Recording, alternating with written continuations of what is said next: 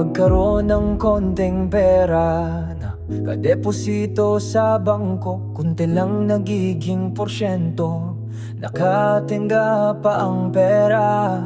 Kaya napag-isip-isip naming mag-asawa na ipautang na lang ang pera. Nalaman ng ilang kakilala na maglalabas kami ng pera, kaya agad silang pumunta para makahiram ng pera. Kami naman ay di nagdalawang isip, pinahiram namin sila.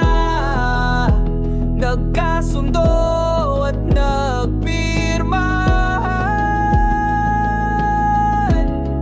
Noong unang maranasan, nakakabayad sila na may porsyento pa. Kaya kami ay natuwa na magpahiram pa ng pera.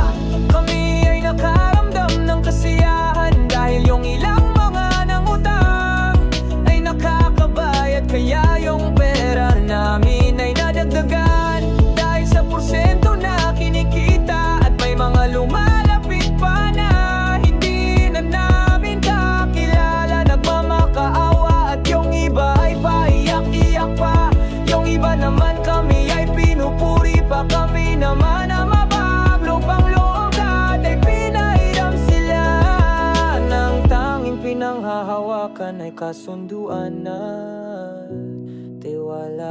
Paglipas ng ilang buwan, nagsimula ng may di nakakabayad. At yung iba, pinukas-bukas ka na. Yung iba naman, ini-ignore ka na.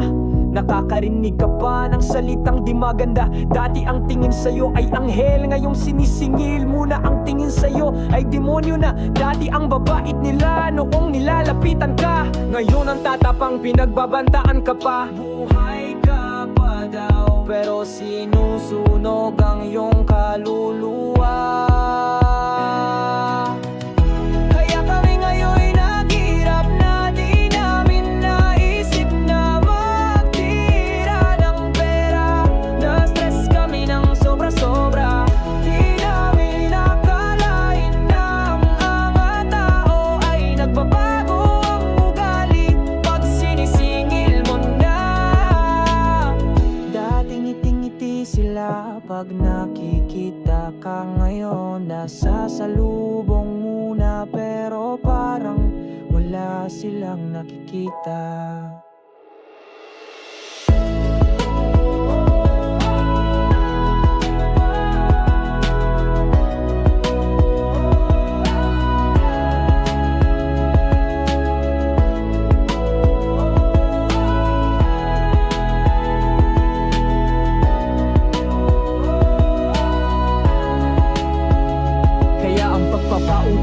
Sa totoo lang, sa mga meron ng pera, wag nyo nang subukan pa. Dahil ikasusumpa ninyo pag ito'y pinasok nyo pa. Gamitin nyo na lang sa negosyo kung kayo'y may pera na. Dahil magsisisi kayo pag ang pagpapautang ay sinubukan nyo pa. Maniwala kayo't sa hindi kahit magkaparang